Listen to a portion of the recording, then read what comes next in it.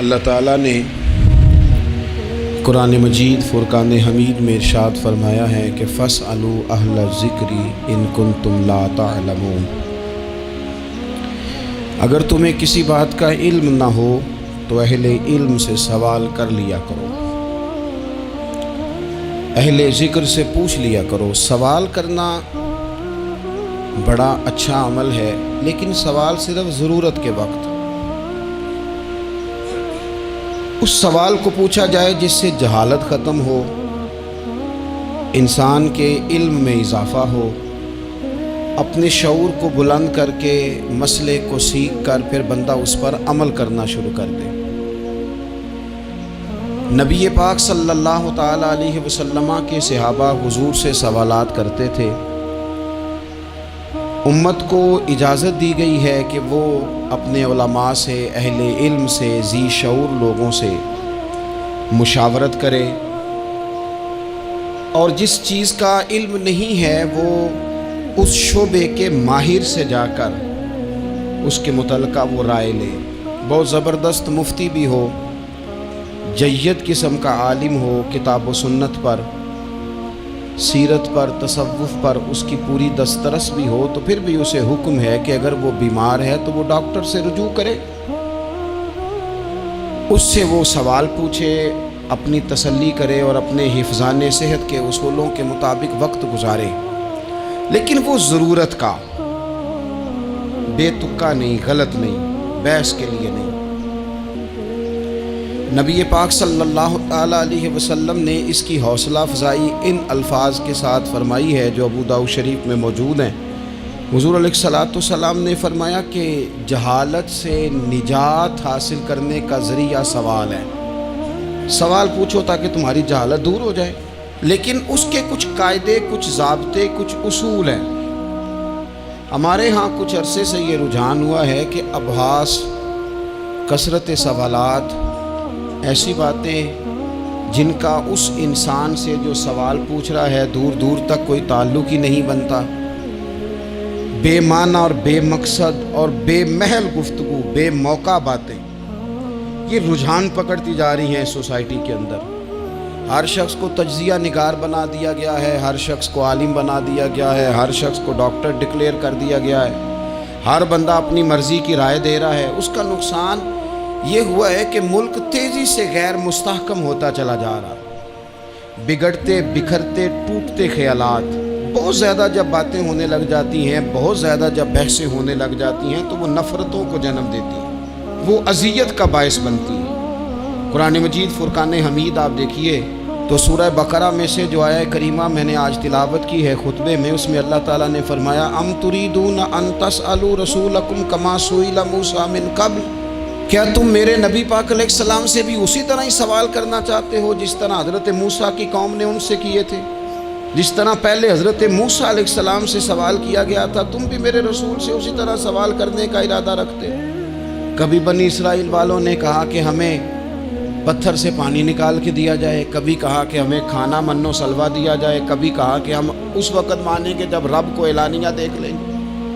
کیا تم میرے رسول سے بھی اسی طرح ہی سوال جواب کرنا چاہتے ہو؟ ضرورت کے لیے سوال ضرور کریں، یہ پہلا ہی سپارہ ہے۔ حضرت موسیٰ علیہ السلام کا زمانہ مبارکہ ہے، ایک شخص نے اپنے کزن کو، اپنے چچا کے بیٹے کو، چچا زاد کو قتل کر دیا، اور خود ہی اس کا مدعی بن کے حضرت موسیٰ کے پاس آیا کہ بتائیے جناب میرے اس بھائی کو کس نے قتل کیا ہے؟ حضرت موسیٰ نے ایک سادی سی بات کی، کیا فرمایا؟ وَإِذْ قَالَ مُوسَىٰ لِقَوْمِهِ إِنَّ اللَّهَ يَأْمُرُكُمْ أَن تَذْبَحُوا بَقَرَةً۔ حضرت موسیٰ علیہ السلام نے اپنی قوم سے کہا کہ اللہ تمہیں حکم دیتا ہے کہ ایک گائے ذبح کرو، گائے کا کچھ حصہ مقتول کو مارو، وہ خود اٹھ کے بتا دے گا مجھے کس نے قتل کیا ہے۔ یہ پہلا سپارہ ہے قرآن مجید کا، آپ اس کو دیکھ لیں، یہ آیت نمبر 67 سے شروع ہو رہا ہے۔ اب وہ چونکہ ذبح کرنا نہیں چاہ رہا تھا، اس کو پتا تھا کہ مجرم تو میں خود ہوں، وہ ذبح چونکہ کرنا نہیں چاہ رہا تھا، اس سے کہا کہ مارو ایک حصہ گائے کا، اس کو تو یہ اٹھ کے بتا دے گا۔ تو اس نے جواب کیا دیا؟ قالوا اتتخذون ہزوا، یعنی لگا آپ میرے ساتھ مذاق کرتے ہیں، کبھی ایسا بھی ہوا ہے؟ قال اعوذ باللہ ان اکون من الجاہلین، حضرت موسیٰ علیہ السلام فرمانے لگے میں اللہ کی پناہ مانگتا ہوں میں جاہلوں میں سے ہو جاؤں. ہر وقت مذاق کرتے رہنا یہ تو جاہلوں کا طریقہ ہے. کن کا ہے؟ حضرت موسیٰ نے کہا ہے، قرآن پاک ہے. ہر وقت مذاق کرتے رہنا. خوش طبعی اور چیز ہے، مسکراتے رہنا، لیکن کسی کا مذاق ہر وقت اڑاتے رہنا کن کا طریقہ ہے؟ جاہلوں کا. جب کہا نہیں ذبح کرنی ہے تو اب ذرا دیکھیے کرنا نہیں نہ چاہ رہے. قالوا ادع لنا ربک یبین لنا ما ہی. کہنے لگے اے موسیٰ پھر آپ نہ رب سے دعا کریں کہ وہ ذرا کھول کے بتائے وہ گائے کس طرح کی ہو. ارادہ نہیں نہ ذبح کرنے کا، آپ دعا کریں. قال انہ یقول انہا بقرۃ لا فارض ولا بکر. فرمایا کہ رب کہتا ہے وہ گائے نہ بوڑھی ہو نہ زیادہ بچیا ہو. عوان بین ذالک، ان کے درمیان ہو، یعنی جوان گائے ہو. فافعلوا ما تؤمرون، کرو جس کا تمہیں حکم دیا جا رہا ہے. قالوا ادع لنا ربک یبین لنا ما لونھا. لو اگلی بات سن لو. کہنے لگے آپ دعا کریں رب سے کہ وہ کھول کے بتائے اس کا رنگ کس طرح کا ہو، رنگ بتائیں کس طرح کا ہو. قال انہ یقول انہا بقرۃ صفراء. فرمایا رب فرماتا ہے کہ صفراء رنگ کی ہو، یعنی گہرے زرد رنگ کی ہو. کہ رب فرماتا ہے اس طرح کی گائے ذبح کرو. فاقع لونھا تسر الناظرین، اور جب کوئی اسے دیکھے تو اسے اچھا بھی لگے، آنکھوں کو اچھی لگے وہ گائے. اس طرح کی گائیں ذبح کرو. لو اتنی باتیں بتا دی. قالوا ادع لنا ربک یبین لنا ما ہی. کہنے لگے نہیں آپ پھر دعا کریں اللہ ذرا کھول کے بتائے گائیں کس طرح کی ہو. ان البقرہ تشابہ علینا، ہمیں ذرا گائیں پر شبہ پڑ گیا ہے کس طرح کی ذبح کرنی چاہیے. وَإِنَّا انشاءاللہ لمہتدون، اگر اللہ نے چاہا تو ضرور ہم ہدایت پا جائیں گے. پھر اللہ تعالیٰ نے فرمایا کہ قال انہ یقول انہا بقرۃ لا ذلول تثیر الارض. گائیں اس طرح کی ہو کہ وہ کبھی کھیتی میں نہ چلائی گئی ہو، یعنی اس کو کبھی کام نہ اس سے لیا گیا ہو. بیل کو لوگ لگاتے تھے نا، جو کام آج ٹریکٹر سے لیا جاتا ہے وہ گائے بیل سے لیا جاتا تھا.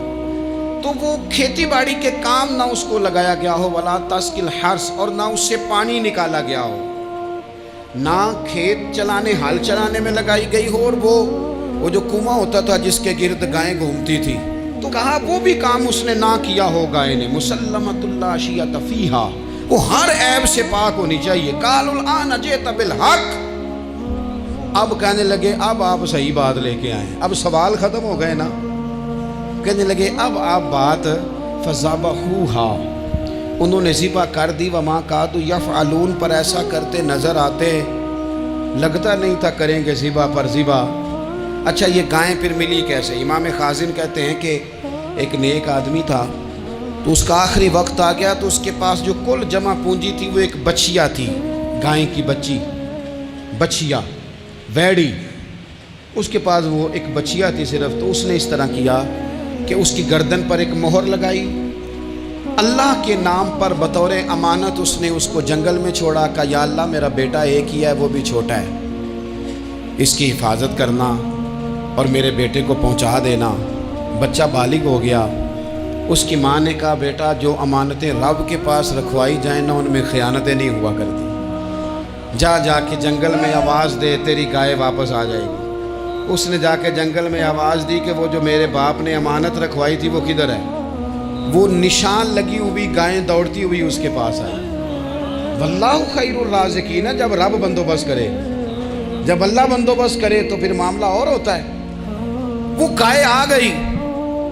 اب اس نے کیا کیا اس نوجوان نے کہ وہ گائے گھر لایا، ماں سے آ کے کہا کہ اماں یہ تو اللہ نے فضل کر دیا. ماں کہنے لگی پتر حالات ہمارے خراب ہیں، منڈی میں لے جا اسے بیچ دے، لیکن سودا میری مرضی کے بغیر طے نہ کرنا. کس کی مرضی کے بغیر؟ کس کی؟ اماں کی مرضی. اور سنو یار، تھے کچھ لوگ جن کو لوگوں نے تانے بھی دیے کہ تم ماں کے پیچھے لگ گیا ہے، لوگوں نے بڑا کچھ کہا، پر جو ماں کی مرضی پہ لگیں ناکام نہیں ہوتے زندگی میں. یہ دیکھو ماں کی مرضی پہ لگا. اس کی قیمت کتنی تھی گائے کی؟ بڑی مہنگی تھی، پر 3 دینار کی تھی. منڈی میں لے گیا، 3 دینار اس کی قیمت لگ گئی. تو ماں نے کہا تھا میری مرضی کے بغیر سودا نہ کرنا. اب بچے تو نہیں نا مانتے، اماں کو کیا پتا باہر بزنس کیا ہے، لین دین کیا ہے، پر ماں نے کہا تھا میری مرضی، بندہ دے رہا ہے اسے 3 دینار، اس نے کہا جی میں نے طے تب کرنا ہے، ڈن تب کرنا ہے، پہلے اماں سے پوچھنا ہے۔ گھر جا کے اماں سے پوچھا، اماں کہنے لگی دے دے۔ واپس آیا تو اس نے کہا کہ میں 6 دینار دیتا ہوں پر میری شرط ہے، ماں سے نہیں پوچھنا۔ اس نے کہا تو 12 بھی دے، ڈن تب بھی ہونا ہے جب اماں نے کہنا ہے۔ وہ جب اس طرح کی اس نے گفتگو کی، واپس اپنی والدہ کے پاس گئے، کہنے لگے اماں سمجھ نہیں آتی، 3 دینار کی گائیں بندہ 12 میں خریدنے کو تیار ہے، شرط لگاتا ہے کہ اماں سے نہیں پوچھنا۔ تو والدہ کہنے لگی پتر پہلے اس سے جا کے پوچھ کیا وہ ہے کون، یہ کوئی روحانی معاملہ ہے، کوئی غیبی مدد ہے، پوچھ۔ اس سے جا کے پوچھا تو وہ کہنے لگا میں تو فرشتہ ہوں اللہ کا، تو نے گائیں بیچنی نہیں، اس لیے کہ تیرا باپ بھی نیک ہے، تیری ماں بھی نیک ہے، رب تیرے رزق میں برکت پیدا فرمانا چاہتا ہے۔ ماں باپ نیک ہونا رزق میں برکت ہو جاتی ہے، ماں باپ نیک ہو، ان کی صالحیت کا اثر پہنچتا ہے بچوں تک، رزق حلال کما کے لانے والے ہوں تو گھر میں برکت ہوتی ہے۔ جا کے کہا کہ تیرے ماں باپ نیک تھے، اسے نہ بیچنا گائے کو، تو کیا کریں؟ کہنے لگے بنی اسرائیل والے سوال کر کر کے خود مشکل میں آ گئے۔ اب وہ ایسی گائے جو جوان بھی ہو، یہاں تو ہر غریب آدمی اپنی گائیں یہاں لگا دیتا ہے، کھیتی باڑی میں یہاں لگا دیتا ہے، کنویں میں پانی نکالنے میں، تو یہاں تو ہر ایک کی گائیں، تو ایسی گائیں جس کا رنگ بھی اتنا پیارا ہو، زیادہ بوڑھی زیادہ بچی بھی نہ ہو، اور ابھی تک کھیت میں بھی نہ لگی ہو، وہ سوائے تیرے کہیں نہیں ہے۔ اس نے کہا چل پھر مہربانی کر بتا میں کتنے کو دوں گائیں، اگر وہ آ جائیں تو کتنے کو بیچنی ہے؟ اسے کہنا کوئی نہیں، ریٹ تو زیادہ کرنا ہی نہیں، ان سے کہنا گائے کے اندر سے گوشت نکال دیں اور جتنا گوشت ہے اتنے پیسے بھر دیں، اس کی کھلڑی بھر دیں۔ اب وہ بنی اسرائیل والے ڈھونڈتے پہنچ گئے، کہا جناب گائیں 3 دینار کیا 6 لے لو۔ اس نے کہا نہ بھائی، ذبح کروں گا، گوشت نکالوں گا، جتنا وزن گوشت کا اتنے پیسے بھرو گے کھال میں تو پھر گائے تمہیں ملے گی۔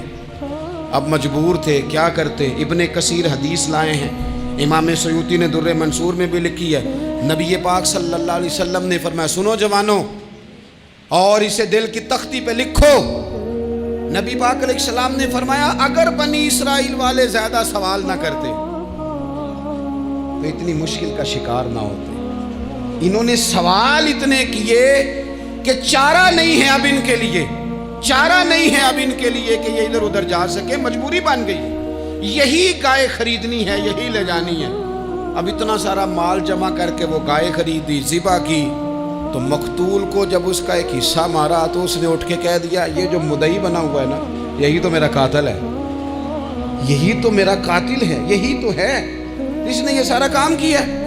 تو زیادہ سوالات کرنا، بہت زیادہ سوالات کرنا، ہر وقت بحث میں رہنا، نبی پاک صلی اللہ تعالی علیہ وسلم نے منع فرمایا، اور میرے رسول پاک علیہ السلام نے فرمایا یاد رکھو 3 چیزوں سے ہمیشہ بچو، بخاری مسلم میں موجود ہے۔ ایک تو فرمایا کثرت کیلو کال سے بچو، زیادہ بحث نہ کرو، اور دوسرا حضور علیہ السلام نے فرمایا مال کو ضائع کرنے سے بچو، اور تیسرا فرمایا زیادہ سوال نہ کیا کرو، زیادہ سوال نہ کیا کرو۔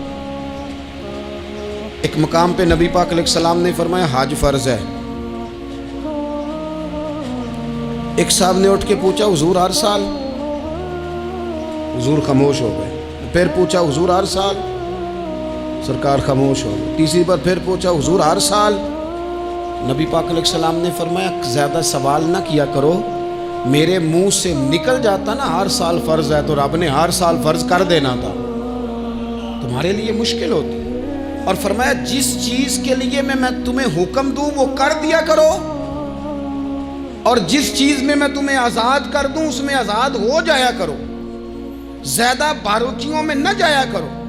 جن لوگوں نے بھی باریک بن کے چیزیں ڈسکس کرنی چاہی نا، الجھ گئے، تنگ آ گئے، اور جو کسی ایک دروازے کے فقیر تھے، ایک دروازے کے فقیر تھے، ایک دروازے کے فقیر تھے، کسی ایک راہ سے خیرات لیتے تھے، زیادہ الجھاؤ نہیں پیدا کیا انہوں نے۔ میں کہہ چکا ہوں علم حاصل کرنے کے لیے سوال ضرور کریں، لیکن بحث کے لیے اور الجھاؤ پیدا کرنے کے لیے، نئی سے نئی راہ تلاش کرنے کے لیے، یہ بات درست نہیں ہے۔ بلکہ بخاری مسلم میں ایک حدیث ہے جس کو پڑھ کے انسان بار بار سوچنے پہ مجبور ہو جاتا ہے کہ اس طرح بھی ہوتا ہے۔ حضرت انس بن مالک رضی اللہ تعالیٰ عنہ ارشاد فرماتے ہیں، ہم سب حضور کی بارگاہ میں بیٹھے تھے، بخاری مسلم ہے، نبی پاک علیہ السلام تشریف فرما تھے، حضور کی عادت مبارکہ تھی، جہاں موقع آیا حضور بیٹھ گئے۔ حضور زمین پہ جلوہ فراز تھے، صحابہ کرام نے سوال پوچھنے شروع کیے، یہ بھی بتائیں، یہ بھی بتائیں۔ کچھ نوجوان تھے، انہوں نے کچھ سوالات شروع کیے، انہوں نے بہت زیادہ سوالات کیے کثرت سے۔ تو حضرت انس بن مالک رضی اللہ تعالیٰ عنہ فرماتے ہیں بہت سوالات، جب زیادہ سوال ہو گئے نا، اللہ کے رسول صلی اللہ علیہ وسلم اٹھ کے نا ممبر پہ بیٹھ گئے، فرمایا پوچھو جو تمہارا جی چاہتا ہے میں بتاؤں گا، پوچھو، کرو سوال کرو۔ ایک شخص نے اٹھ کے عرض کی، یا رسول اللہ میرا باپ کون ہے؟ فرمایا حذیفہ۔ دو لوگ اور اٹھے، یا رسول اللہ ہمیں لوگ تانے دیتے ہمارا باپ۔ فرمایا تمہارا باپ وہی ہے جس کی طرف تم منسوب ہو، اسی باپ کی جائز اولاد ہو۔ ایک بندہ اور اٹھا، اس کا لہجہ بھی کچھ اس طرح کا تھا، کہنے لگا حضور میں جنت میں جاؤں گا کہ جہنم میں؟ کئی دفعہ نا چیزیں راز میں رہیں تو وہ ٹھیک رہتی ہیں، لیکن جن کو راز کھولنے کا شوق ہو ان کے اپنے بھی کھل جایا کرتے ہیں، ان کے کھل جاتے ہیں، پھر وہ تکلیف میں آتے ہیں۔ یاد رکھیں، حضور میں جنت میں جاؤں گا کہ جہنم میں؟ حضرت انس بن مالک کہتے ہیں کریم بولے، مور لگنے لگی، ہم کانپنے لگے۔ حضور نے فرمایا تو جہنم میں جائے گا، دوزخی ہے تو۔ بس جب وہ سناٹا چھا گیا، اب ڈر تھا کہ کچھ اور باتیں نہ، یہ کثرت سوالات کی وجہ سے حضور ناراض ہو گئے۔ کہتے ہیں فٹافٹ حضرت عمر اٹھے، فٹافٹ، اور کوئی معافی نہیں مانگی، کوئی بات نہیں کی۔ جناب عمر تھے نا، آئے عمر تیرے جملوں پہ مر جاؤں، ان راہوں پہ قربان جہاں سے عمر چلتے تھے۔ ہر حکمران تیری بات کرتا ہے، پر عمر تیرے ایک ایک فیصلے پہ میری اولادیں قربان۔ ایسا بھی شخص کوئی پلٹ کے دنیا میں آئے گا جیسا خطاب کے گھر عمر پیدا ہوا۔ حضرت فاروق اعظم اٹھے، یوں ہاتھ باندھے، رو پڑے، کہنے لگے نہ حضور نہ، رضیت باللہ ربا وبالاسلام دینا وبسیدنا ومولانا محمد نبیا ورسولا۔ حضور ہم بڑے راضی ہیں کہ اللہ ہمارا رب ہے، سونیا بڑے راضی ہیں کہ دین ہمارا اسلام ہے۔ یا رسول اللہ ہم بڑے راضی ہیں کہ اللہ نے آپ کو ہمارا نبی بنا کے بھیجا ہے۔ حضور بڑے، یوں ہاتھ باندھے، نہ ساڈا بولیا چولیا معاف کری، غلطی ہو گئی حضور جوانوں سے، نہیں ایسا حضور، نہ اس سے زیادہ کوئی پردہ نہ کھول جائے کہ رضیت باللہ ربا وبالاسلام دینا وبسیدنا ومولانا محمد نبیا ورسولا۔ وہ ضرورت کے لیے سوال ضرور پوچھا جائے، حضور پسند کرتے تھے، لیکن بحث میں الجھ جانا، ہر وقت دین کو تختہ مشق بنا لینا، ہر وقت میرا دل تڑپتا ہے، کبھی کبھی سوچتا ہوں یہ میرے نبی پاک کا دین ہے، کیا یہ صرف دنیا میں بحث کے لیے آیا ہے؟ جس کو 4 لفظ آئے اس نے میرے حضور کے دین کو ذریعہ بحث بنا لیا۔ صبح بھی بحثیں، شام بھی بحثیں۔ کریم محبوب علیہ السلام نے جو طائف میں روڑے کھائے تھے وہ اس لیے کہ امت بیٹھ کے بحثیں کرے، اس لیے امام علی مقام نے سارا گھرانہ کربلا میں دے دیا کہ تم بحثیں کرو۔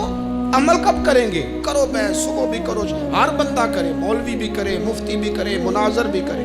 اور چلو علماء تو کبھی اعلاء کلمت الحق کے لیے کوئی گفتگو کر بھی لیں، ہر چوک چراہے میں بحث، ہر جگہ مناظرہ، خدا را بلا ضرورت تو چھوڑ دیں، بلا وجہ تو چھوڑ دیں، کبھی تو مان کر چلنے کا مزاج بنا لیں، کبھی تو قبول کر لیں۔ یا رسول اللہ رضیت باللہ ربا وبالاسلام دینا وبسیدنا ومولانا محمد نبیا ورسولا۔ حضور بڑے راضی ہیں کہ اللہ ہمارا رب ہے، اسلام ہمارا دین ہے، آپ ہمارے نبی ہیں۔ حضور ہم بڑے ہی راضی ہیں، ہم پر کرم نوازی ہو جائے۔ حضور نے فرمایا عمر بیٹھ جا، اللہ تیرے اوپر رحم فرمائے۔ عمر بیٹھ جانا، رب تیرے اوپر رحم فرمائے۔ اور پھر فرمایا عمر یہ رب نے تجھے ہی توفیق دی ہے، یہ تجھے توفیق ملی ہے، تو اتنی زیادہ بحثیں. میں کبھی کبھی کچھ سوالوں کے جواب دینے کو جی نہیں نہ چاہتا.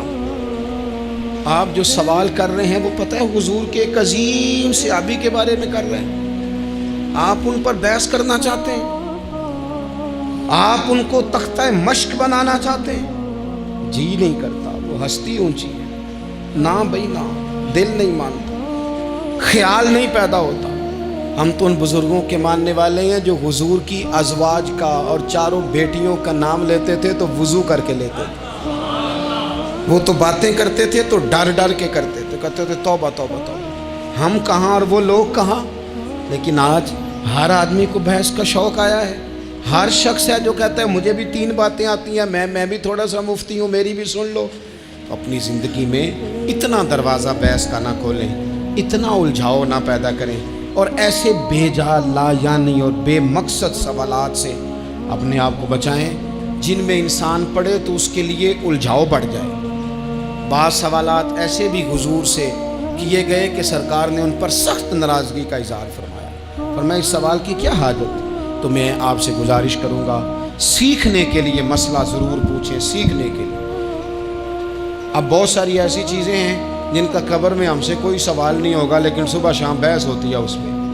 ہمارا کوئی اس مسئلے میں لینا دینا نہیں, لیکن ہم بحث کرنے کو صبح و شام تیار ہیں. اللہ تعالیٰ بابا فرید الدین مسعود گنج شکر, داتا علی حجویری اور ان مشائخ اور ان بزرگوں کی اس دھرتی پر فضل فرمائے, اور اس وطن کو اللہ قیامت کی صبح تک آباد فرمائے. آخر دعوانا